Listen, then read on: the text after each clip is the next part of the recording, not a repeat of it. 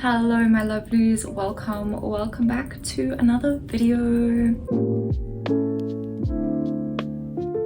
In today's video, I wanted to have a cozy, chatty discussion about just some fashion that I am currently really liking. These are not necessarily trends, but some of them might be trending, but in my world, I just like them. The first thing that I am really loving is anything with bug motifs. Just love how far this is being pushed, how many different bug species are coming into the designs. It's always been kind of classic to have the butterfly, which is like universally popular, which also gives quite like a youthful, feminine sort of appeal to any look. Obviously for the darker girlies, we've seen moth motifs, and then of course the dragonfly is got that really whimsical sort of appeal to it. But what I've been seeing is a leaning towards more creepy bugs, I would say, the ones that are less likely for you to actually want near you or on your body.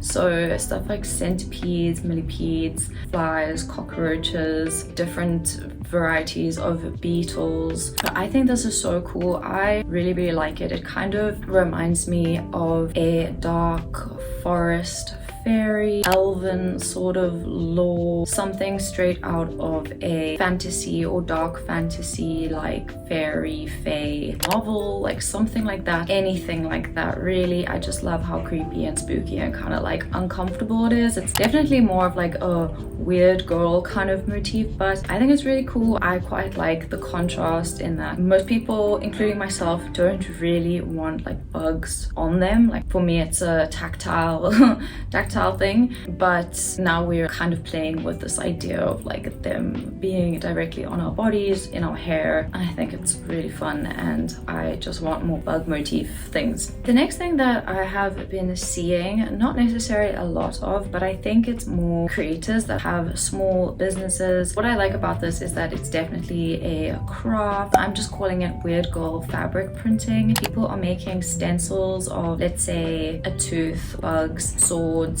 that kind of thing, and then I think what it is a stencil that people are using, either that or they're making like lino cut prints and then using acrylic fabric paint to create all over prints on seemingly more simple pieces, but using this as the main overall feature and texture. And I just think it's super cool. I love that you can customize it to whatever your style and preferences are. I would actually love to support one of these creators, but everyone is in the US or is overseas, so to get that here is a little bit expensive, okay? But I would like to try it myself, not necessarily for commercial purposes, but just for myself. Next up on my current obsessions list is chainmail jewelry. Specifically, love that we are bringing some like medieval core into modern day style. Little handbags I think are so adorable. Maybe not the most practical. I am also someone that prefers a bigger bag. They are still pretty, and I could see them working really well for like a date night or like something a little bit more formal. Bracelets, earrings, and chokers. I just love the all-around texture that it adds to an outfit while being pretty simple in that it's literally only made from, what do you call those? They're not jump rings. Jewelry making rings. I don't know what they're called right now. It's totally lost on me. I also really love when people add little gems and beads, pearls, and things like that. Like I think there's so many ways to customize it and explore different kinds of weaves. It looks honestly quite difficult to make and very detail oriented. I think you have to have a very patient hand, and I think I've got a pretty patient hand, but it has not been one of those things that I've tried. But if I came across someone selling their own handmade creations at a market or something, I would definitely want to pick some of those up. Okay, and on that note, I have been absolutely loving, enamored with, just obsessed with Victorian fashion. And I think I've liked Victorian leaning pieces for a couple of years now, but honestly I wasn't really putting two and two together. I have been reading some novels that are based in the Victorian era and also literature from the Victorian era with all the descriptive language of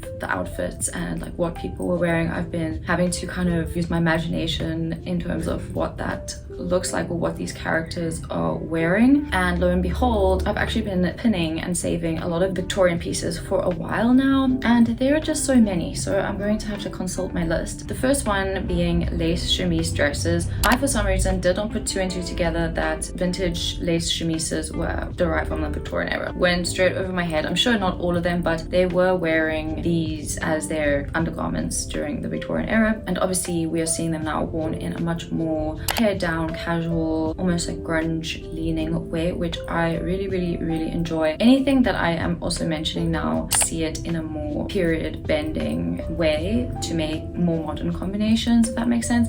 Even though I think a Victorian head to toe look would be amazing, I just like the contrast between pairing, let's say, your dusty, rusty old pair of Docs with a Victorian dress or chemise, shall we say. I just love the delicate lace and the silk satin texture. I am on the hunt for a black one of these. I just have not got lucky. So yeah, the next detail is a simple waist corset. I already have one of these and I was playing around with it a few years ago. Obviously it's not like the most comfortable choice, but if you pair it with the right things, wear it to the right occasion, also find your comfortable lace size, then it adds a really cool silhouette, especially to kind of more flouncy or loose fitting garments. And again, it creates a really nice contrast with more modern pieces. Then there's also bonnet hats. I don't know why, but I used to call these bonnets.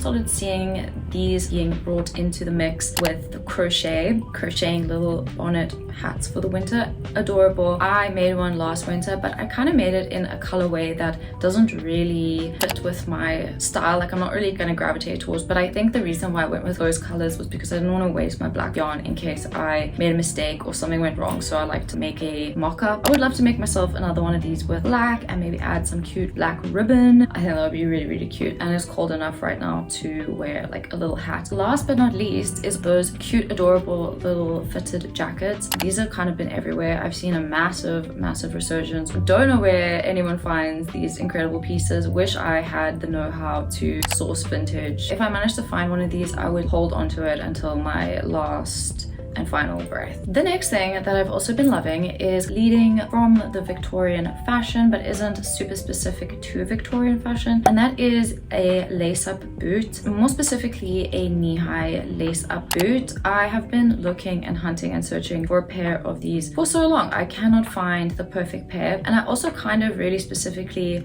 want a somewhat flat pair, something that you can easily walk around in and is very versatile for both day and night. Is either platform or a pair that has a tiny little heel. I especially love the Victorian style block heel. I think it's really pretty and really witchy and kind of whimsy goth leaning. These look so good with a mini length skirt as well as a midi length, and it just adds a really cool texture and really cool detail to the bottom half of your outfit. And then number 6 is chunky metal bracelets and bangles, more bangles. I just love this. Every time I see someone talking and they've got their bracelets and they're making the cool clanky kind of sound, it just does something to my brain. It's very calming to me, and I think I need that for myself. So I'm on the hunt for intricate designs, silver chunky bangles. I love that you can get them just plain with the designs embedded into the metal, or they can come with gemstones, which I think are always going to be really beautiful. Just having them in stacks, not too much. Like I've seen some very over the top stacking situations where there's no movement.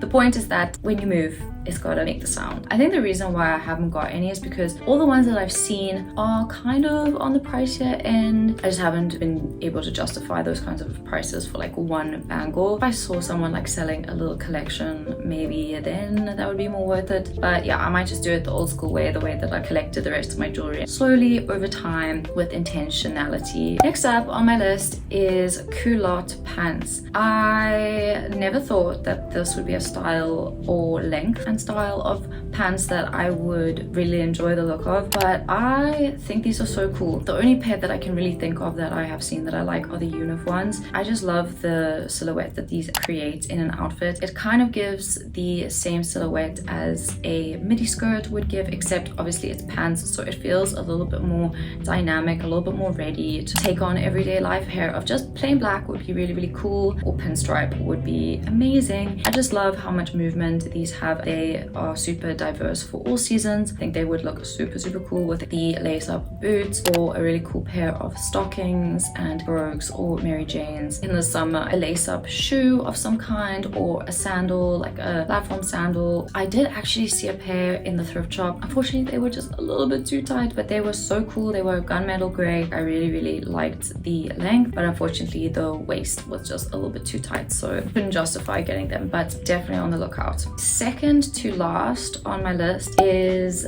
ballerina sneakers. I haven't seen a sneaker in a very, very long time that has really caught my eye and made me go, oh wow, I love those. I find myself thinking about them after seeing them. I just haven't really felt that way about sneakers for kind of a long time. I think the last pair were my Converse, and that's when I was kind of like exiting my Van stage. I still have all my Vans, so it's not really a phase. I don't wear those for fashion purposes anymore. They're kind of more just practical purposes. Most sneakers, I would say, lean very sporty or a little bit more preppy, and that just like hasn't really fit into my style recently. When I saw a ballerina version, I was quite surprised at how much I like the look of them. They have the perfect balance between fashion and function, which I think is really cool. I have seen so many different cute styles and colors for the more old-leaning girls. The one pair that sticks out in my head and literally lives there rent-free were the Lazy Oaf